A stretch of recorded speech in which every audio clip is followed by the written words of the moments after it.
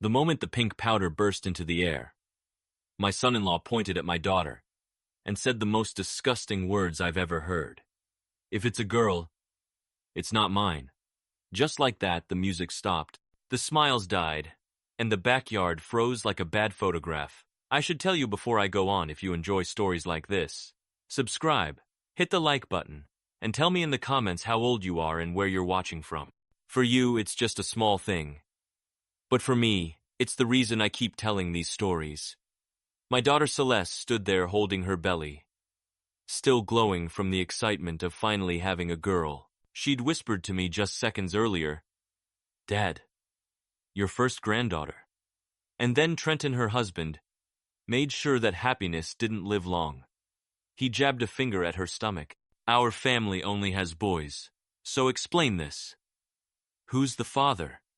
I stepped between them, my old knee cracking loud enough to scare a squirrel off the fence. "Back up, Trenton. Babies don't care about your family traditions." But he kept going, louder, nastier, accusing her in front of everyone. His parents, the kids, neighbors, even the poor DJ who had no idea he'd be witnessing a meltdown instead of a party. Celeste's face crumpled. The boys clung to her legs, confused, and all I could think was, this marriage wasn't breaking, it was exploding. And what happened the next morning, none of us were ready for. When the guests finally fled our backyard like pigeons escaping a cat, the only thing left standing was that ridiculous pink cake untouched, leaning slightly to the left, like even it was embarrassed to be part of this disaster. I stared at it and thought, perfect. Even the dessert gave up before Trenton did. Inside the house, Celeste was packing a small bag with those stiff, jerky movements you make when you're trying not to cry. Her boys followed her around like confused ducklings, handing her random objects: a sock, a toy car, a spoon. The spoon made her laugh through tears, and for a moment she didn't look broken, just exhausted. "I'm leaving him, Dad," she said. "Tonight." I nodded. "Good, because if you didn't, I was about to drag him outside and make him apologize to the cake first, then to you." She let out a shaky breath, half sob, half laugh, and wiped her face with the sleeve of her sweater.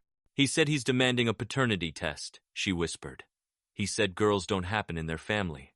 "Well, they sure don't with that attitude," I muttered. That finally got a real laugh out of her. A small one, but real. Then her face softened into something I hadn't seen in years: determination. "I'm filing for divorce in the morning," she said. "And custody. Full custody. I can't let him talk to our kids like that. I can't let them grow up thinking daughters are some kind of mistake." I put my hand on her shoulder. It felt like the whole world was shaking under my palm. "You're stronger than he ever deserved, Celeste." Before we left the house, she walked into the yard, grabbed that cake pink frosting and all, and shoved the entire top layer straight into the trash bin. "Symbolic," she said. I nodded. "Therapeutic." As we drove away, she didn't look back at the house once. But I did, because I knew something she didn't. Trenton wasn't done causing trouble, and the stunt he tried to pull next, even my old blood boiled. The next morning started with the kind of quiet that tells you a storm hasn't passed, it's just circling back for round 2. Celeste sat at my kitchen table in one of my oversized flannel shirts, sipping tea like it was medicine. Her boys were on the floor playing with my old wooden train set, the one that creaks louder than my joints. Then my phone buzzed. "Trenton, of course." I didn't answer. He called again. Then again. Then he sent a text longer than the Declaration of Independence. "Dad," Celeste said gently, "just ignore him." "Oh, I'm ignoring him," I said. "I just want to see how many IQ points he loses per message." The next ding made Celeste flinch. I finally opened the text. "I'm coming to get the boys. They're mine. She's unstable. My lawyer said." I didn't read the rest, mostly because my glasses fogged up from pure rage. Celeste's lip trembled. "He's trying to take them?" "No," I said. "He's trying to bluff. And he's terrible at it. A man who thinks biology is a family tradition shouldn't play poker with the law." I marched to the front door, just in time to see Trenton's truck pull up crooked in my driveway, like even his parking was angry. He stormed out, hair messy, Shirt half-buttoned, he looked like a raccoon who'd lost a custody case. He didn't knock. He tried to push past me. Mistake. I stepped in front of him and used my grandpa voice, the one that makes toddlers sit down and grown men reconsider life choices. Turn around, Trent. I'm taking my sons, he barked. Your sons? I said. You mean the little humans you traumatized at a party yesterday? He pointed at me. This isn't your business. Well, I said, leaning in. You made it my business when you accused my daughter of cheating in front of a cake shaped like a baby. He stared at me, chest heaving. The boys peeked from behind Celeste, clutching toys like they were preparing for battle. Then the best moment of the morning happened. My neighbor Gus, an 82-year-old with a hearing aid that whistles like a tea kettle, marched out onto his porch in slippers and yelled, "If y'all are fighting, keep it down. Some of us are trying to watch our stories." Trenton blinked. Celeste snorted. I nearly hugged Gus. But Trenton wasn't done. He leaned closer and said, I'll get custody, you'll see. A judge will hear my side. Oh, I hope a judge hears your side, I said. I really do. Bring charts. Bring diagrams. Explain your boy's only family. Let them enjoy that comedy show. His jaw twitched, then he spun around, stomped to his truck, and peeled out so fast he knocked over Gus's lawn flamingo. Gus screamed. That was Mildred. Back inside, Celeste collapsed into a chair, shaking. Dad, he's unraveling. I put my hands on her shoulders. Sweetheart, what he does next will shock you, but what we do after will shock him even more. By lunchtime, Celeste was sitting with a stack of paperwork from the courthouse, and I was trying to make grilled cheese without burning the house down. Listen, I'm a good father, not a good chef. The smoke alarm knows my name personally. She looked up from the documents, eyes red but focused. Dad, he actually filed something this morning. He's accusing me of emotional instability. I almost dropped the spatula. Emotional instability? Celeste, the man thought having a daughter was a crime. If anyone's unstable, it's the guy who treats genetics like a family conspiracy. She sighed, rubbing her temples. I can't believe he's doing this. He's trying to take the boys just to punish me. I put the sandwiches down in front of her. One was burned. One was edible. I slid the edible one her way. Fatherhood never stops. Well, I said, if he wants to show a judge how unstable he is, he's doing a fantastic job already. Before she could respond, there was a knock at the door. A firm, official-sounding knock. Celeste froze. Oh no. Dad, is that? It wasn't Trenton. It was worse. His mother, Darlene, stood there holding a casserole the size of a suitcase and wearing an expression that could sour milk.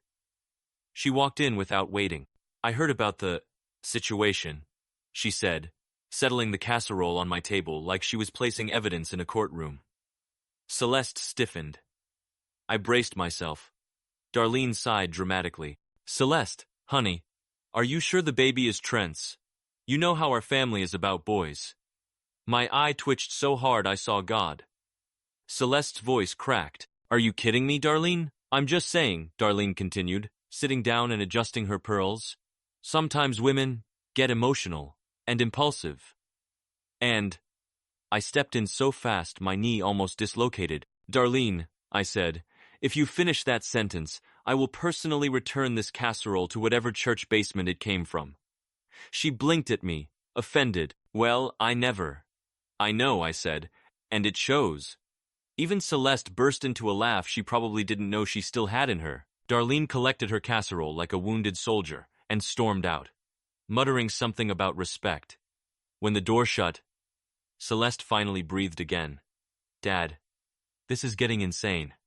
I nodded. Oh, it's insane, all right. But what he does next? It won't just be crazy, it'll blow the whole situation wide open. That evening, Celeste finally managed to get the boys settled. One fell asleep hugging a dinosaur, the other snoring into my old cardigan like it was a national treasure. The house felt calm for the first time in 2 days. Too calm. The kind of calm that always comes right before a tornado decides to redecorate your life. Celeste sat beside me on the couch, eyes swollen but determined. I'm not going back to him, Dad. No matter what stunt he pulls next. Before I could answer, my phone dinged. Then dinged again. Then dinged 8 more times. "What now?" Celeste whispered. I opened the messages and felt my blood pressure hit a new personal record. Trenton had posted a long rant on Facebook, a public one, with photos. He'd put up a dramatic selfie of himself looking betrayed, then wrote a full paragraph accusing Celeste of cheating, being unstable, bringing shame to his family name, and my personal favorite, biologically sabotaging the lineage. I read that last part twice, just to make sure I wasn't having a stroke. Celeste covered her mouth. "He didn't." "Oh, he did," I said. "He went full Shakespeare." If Shakespeare were an idiot. I scrolled further and there it was. Hundreds of comments. Some offering sympathy, others telling him to calm down. One woman asking if he was sleep-deprived, or just naturally dramatic. My neighbor Gus even commented, "What in Sam Hill is a lineage?" Celeste started crying. But not the same tears as before. These were the hot, angry ones. "He's humiliating me, Dad." Publicly. I put an arm around her. "Sweetheart, people humiliate themselves just fine without our help. He's doing a magnificent job." She wiped her face and suddenly stood up. "That's it. I'm filing for full custody tomorrow. Not maybe. Not thinking about it. I'm doing it." "Good," I said. "And I'll be right next to you, even if I have to borrow Gus's flamingo for moral support." She laughed a real, chest-deep laugh, and for a moment I saw my daughter again. Not the scared woman from yesterday. The strong one. The fighter.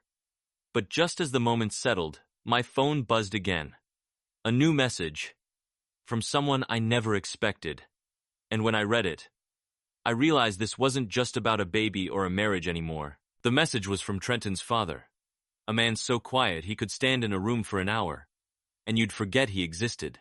Vernon. Tall. Thin. Polite.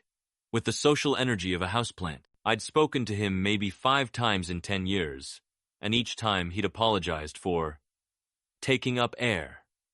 His text said, "Harlan, may I come by?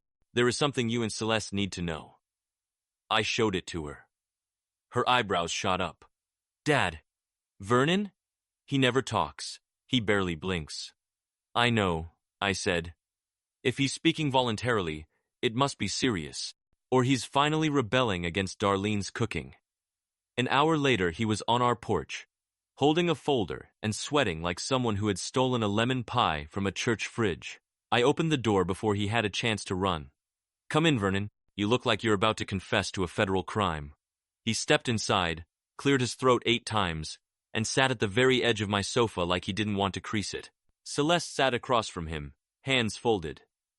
"What's going on?"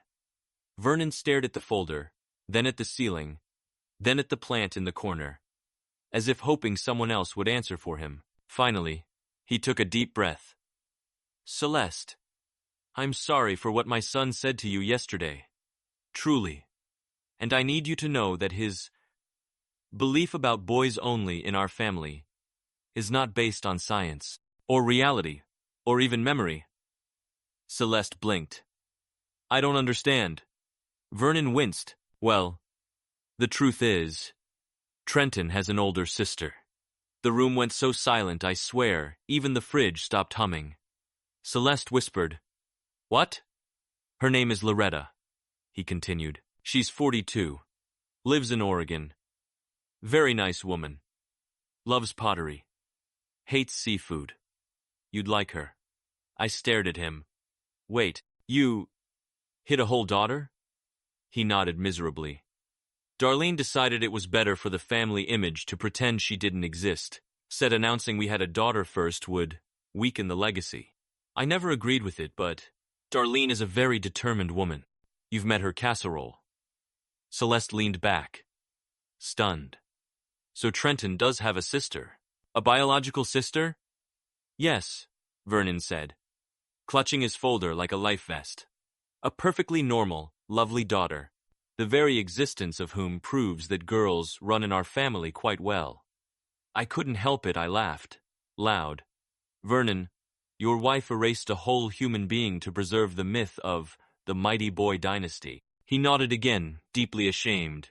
"I came because Celeste deserves to know the truth before lawyers get involved. Celeste covered her face. Then she started laughing too wild. Exhausted laughter. I can't believe this, she said. He accused me, screamed at me, embarrassed me, and he doesn't even know his own family tree. Vernon handed her the folder. Inside were photos, baby pictures, school portraits, wedding snapshots, all of a smiling, completely existing woman named Loretta. This, Vernon said quietly, should end his nonsense. Celeste looked at me. Dad, do you realize what this means? I nodded, grinning. Oh yes. This changes everything, and when Trenton finds out, he's going to implode like a microwave burrito. Vernon left after drinking half a cup of tea and apologizing 14 times for existing in our doorway. The moment the door closed, Celeste and I just stared at each other, her with the folder on her lap, me with my heart thumping like I'd run a marathon. Which, let's be honest, I haven't done since Carter was president. She opened the folder again, flipping through the pictures. Dad, he has a sister. He actually has a sister. And he screamed at me like a lunatic over basic biology. Well, I said, in his defense, the man treats biology like it's a conspiracy theory. She snorted and wiped her eyes. I want to send this to him. Right now. Hold on, I said. If we send it immediately, he'll call it fake. Let's be strategic. She raised an eyebrow. Strategic? Of course, I said, leaning back dramatically. Every good revenge story has timing. Even the Bible didn't throw all the plagues at once. That made her laugh, the tired, sarcastic kind that means she's still hurting but getting stronger. She looked at the pictures again. Dad, she looks just like him. Sadly for her, I muttered. Just then, the boys came running into the room, Emery holding his dinosaur, Cal dragging my giant boot on his foot like a pirate with a wooden leg. Grandpa, look! Cal shouted. I'm walking like Daddy. He stomped around stiff-legged, chest puffed out. Eyebrows furrowed, a shockingly accurate impression of Trenton throwing a tantrum. Celeste burst into laughter. So suddenly she had to grab the sofa for balance. Oh my gosh! Cal, sweetheart, don't do that in public. Why? He asked, still stomping. Daddy does it. I nodded. Exactly, and that's why we don't. Celeste wiped tears from her eyes, but this time, tears from laughing, not breaking. When the boys ran back out, she looked at me, suddenly serious. Dad, I'm scared. He's unpredictable. He's angry. And now he'll think we're plotting something. We are plotting something, I said. But it's called the truth. She nodded slowly, gripping the folder. I want full custody. Not to punish him. To protect the kids. You'll get it, I said. Because what Vernon told us? That's not just a detail. That's a detonation. Celeste took a deep breath. So what's our next move? I smiled, leaning forward like a general with a battle plan. Our next move is to knock the floor out from under him, legally and emotionally, and let him fall on his own nonsense. Because the moment Trenton learned he had a sister he never knew about, he didn't just lose the argument. He lost the whole foundation he was standing on. The next morning, Celeste marched into the courthouse with the folder tucked under her arm like it was a secret weapon, which, honestly, it was. I walked beside her, trying to look intimidating, though my left shoe kept squeaking with every step. Very menacing. While she filled out the last custody documents, I waited in the lobby, pretending to read a brochure about mediation. I can't mediate my own thermostat. But the lady at the front desk seemed hopeful. Then, as if summoned by rage itself, Trenton appeared. He stormed through the doors wearing sunglasses indoors, a sure sign a man is about to embarrass himself. He spotted us instantly. There you are, he barked, marching toward Celeste. Running to the courts already? Guilty conscience? Celeste didn't even flinch. She calmly handed her paperwork to the clerk and turned toward him. No, Trent. Just documenting the things you keep shouting into the internet. He blinked, confused, like someone had unplugged him temporarily. You ruined our family, he said, pointing at her belly. That child isn't. And that's when I stepped forward. Quiet. calm, deadly. Trenton, I said, before you finish that sentence and destroy the last 3 brain cells you're holding hostage, there's something you need to see. Celeste handed him the photo of Loretta, his sister, smiling in a graduation cap. He stared at it, then at her, then at me. What is this? He stuttered. That, I said, is your older sister. A girl, a daughter, a member of your family you somehow forgot existed because your mother is creatively delusional. Celeste added, so your boy's only theory? Yeah, it evaporated. Trenton's mouth opened and closed like a confused goldfish. That can't, my mom said. Your mom says a lot of things, I interrupted. Most of them casserole, related. None of them scientific. People in the lobby started watching. One man pretended to tie his shoe just to stay longer. Finally, Trenton whispered, why didn't anyone tell me? A woman sitting nearby muttered, maybe 'cause you never listened, sweetie. Celeste took a slow breath, strong, steady. You humiliated me, Trent. You scared our kids. You accused me of something unforgivable. And all of it was built on a lie you never bothered to question. Trenton looked lost. Small, almost normal. But then, as always, he snapped back into pride. I don't care, he said. I still want custody. The man tying his shoe actually laughed. I stepped closer, lowering my voice. You want to fight in front of a judge? Good. Because the truth is on our side. And your house of cards just collapsed. Celeste turned to the clerk again. I'd like to file the final packet, please. And Trenton? He stood there frozen, holding the photo of a sister he never knew existed, the first crack in his entire identity. But the biggest shock for him? It was still coming. Trenton didn't speak to us for 2 full days, which, frankly, was the most peaceful 48 hours our family had seen in years. Celeste slept better. The boys laughed louder. And even my arthritic knee felt looser, like it was celebrating the silence. But peace with Trenton never lasts. It arrives like a vacation and ends like a fire drill. On the 3rd morning, Celeste got a message from him. A single line. We need to talk. At Mom and Dad's. Today. Celeste's stomach dropped. Mine, too. But we went because the court date was coming. And facing him was unavoidable. On the drive there, Celeste held my hand like she was 10 years old again. Afraid of the dark. Dad, she whispered. What if he tries something? What if he twists everything? I squeezed her fingers. Sweetheart, the man thought genetics was a family brand. You'll be fine. When we pulled up to Trenton's parents' house, Vernon was already on the porch looking pale, nervous, and holding a mug that said World 6 Dad. He leaned in toward me and whispered, She knows I told you. His hands were shaking like a leaf in a hurricane. Darlene found the folder missing. She's upset.